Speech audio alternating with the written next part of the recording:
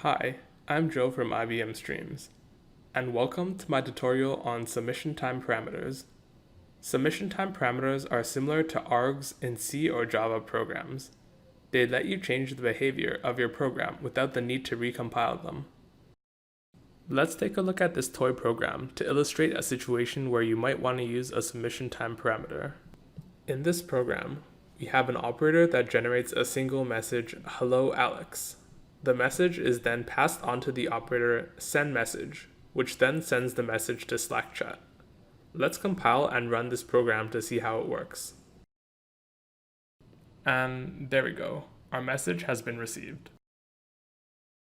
Suppose we want to send the message to Alice instead of Alex. Then we must go back to our code and change this string to say Alice instead, and recompile before we run this program again. However, let's use a submission time parameter for this situation instead. Replace the hard-coded string with the function getSubmissionTimeValue, with the first parameter being a prompt and the second one being an optional default value. Let's use name as the prompt, and we'll leave Alex as the default value. Now we can compile and run this program. When you are using submission time parameters in your program, be sure to submit your program via the Streams console. Otherwise, the default values for your parameters will be automatically used. When we click on Submit, we're prompted to enter a name in order to run this program.